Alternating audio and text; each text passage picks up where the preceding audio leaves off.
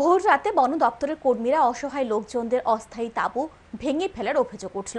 ঘটনায় উদ্বাস্তুদের মধ্যে ক্ষোভ ছড়িয়েছে।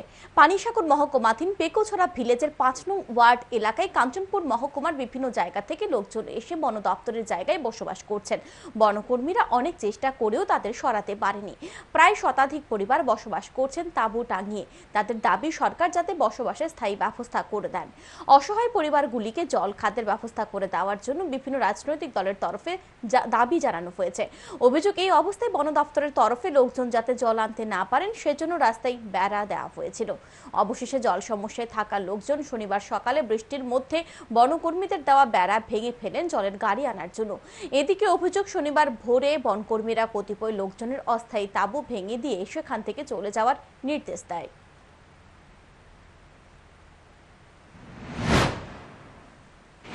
কালকে রাত্রে আমরা রাতে তো ঘুমাইছি, ভোর 4টার সময় আইয়া ফরেস্ট ডিপার্টমেন্টের লুকাইয়া আমরা এই তাম্বু টাম্বু সব ভাঙ্গিয়া সাঙ্গিয়া ফেলাই দিছে। এরপরে জলের দাম কম লাগতে ভাঙছে। আমরা ওই যে এখান থেকে চাইতামকে তারা এখান থেকে থাকছে না। গতকালকে রাত্রে আমরা তো ঘুমাইতেছি, মেয়ে লোক কোনো তাম্বুর মধ্যে আমরা একলা একলাও আছি, পুরুষ লোক সঙ্গেও নাই।